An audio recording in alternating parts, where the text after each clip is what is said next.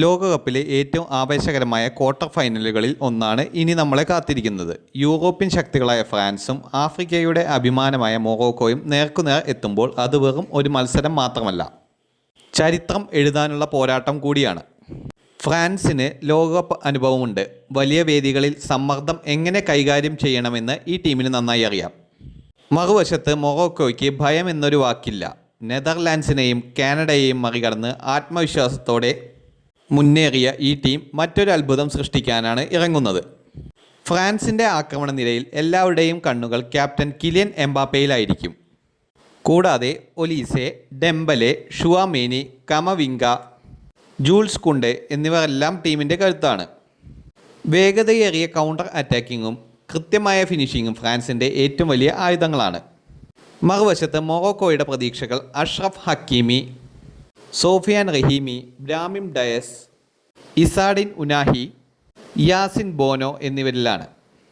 പ്രത്യേകിച്ച് ഹക്കീമിയുടെ overlapping റണ്ണുകളും ബോനോയുടെ goal കീപ്പിങ്ങും മൊറോക്കോയെ ഇതുവരെ പലതവണ രക്ഷിച്ചിട്ടുണ്ട്. ഈ മത്സരത്തിൽ മധ്യനിരയിലെ പോരാട്ടം നിർണായകമാകും. ഫ്രാൻസ് പന്ത് കൈവശം വെച്ച് ആക്രമണം കെട്ടിപ്പടുക്കാൻ ശ്രമിക്കുമ്പോൾ മൊറോക്കോ ശക്തമായ പ്രതിരോധത്തിൽ നിന്ന് അതിവേഗ കൗണ്ടർ അറ്റാക്കുകൾ നടത്താൻ നോക്കും. ഒരു ചെറിയ പിഴവ് പോലും ഈ മത്സരത്തിൻ്റെ വിധി മാറ്റിമറിക്കാൻ മതിയാകും. ഇത് വ്യക്തികളുടെ പോരാട്ടം മാത്രമല്ല, യൂറോപ്യൻ ഫുട്ബോളിൻ്റെ കരുത്തും ആഫ്രിക്കയുടെ പോരാട്ട വീര്യവും തമ്മിലുള്ള ഏറ്റുമുട്ടലാണ്. ഓരോ ടാക്കിളുകളും ഓരോ സേവും ഓരോ ഷോട്ടും മത്സരത്തിൻ്റെ ഗതി തന്നെ മാറ്റിമറിക്കാൻ കഴിവുള്ളവയായിരിക്കും. എന്നാൽ ഈ മത്സരത്തിന് മുമ്പ് സോഷ്യൽ മീഡിയയിൽ മറ്റൊരു വലിയ ചർച്ചയും കൂടി നടക്കുകയാണ്. മത്സരത്തിൻ്റെ റഫറിയിങ് സംഘത്തിലെ ഉദ്യോഗസ്ഥർ എല്ലാവരും അർജൻറ്റീനയിൽ നിന്നുള്ളവരാണ് എന്ന കാര്യമാണ് ചില ആരാധകർ ചൂണ്ടിക്കാണിക്കുന്നത്. അതിനെ തുടർന്ന് നിഷ്പക്ഷതയെക്കുറിച്ച് വിവിധ അഭിപ്രായങ്ങളും സംശയങ്ങളും സമൂഹ മാധ്യമങ്ങളിൽ ഉയരുന്നുണ്ട്.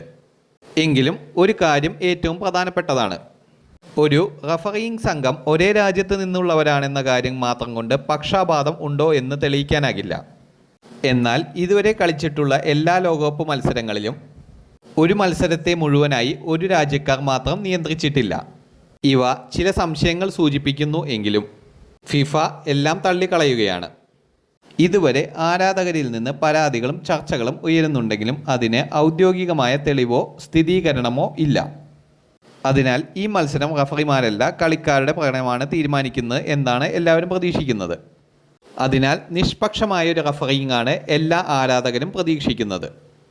ലോകമെമ്പാടുമുള്ള ഫുട്ബോൾ ആരാധകർ ഒരുപോലെ കാത്തിരിക്കുന്നു. ക്വാർട്ടർ ഫൈനലിലെ അവസാന ചിരി ഫ്രാൻസിനാവുമോ അതോ ചരിത്രം വീണ്ടും തിരുത്തിയെഴുതാൻ മൊറോക്കോയ്ക്ക് ആവുമോ? കാത്തിരുന്ന് കാണാം. കൂടുതൽ വാർത്തകൾക്കും വിശേഷങ്ങൾക്കുമായി ഈ ചാനൽ ഇപ്പോൾ തന്നെ സബ്സ്ക്രൈബ് ചെയ്യുക.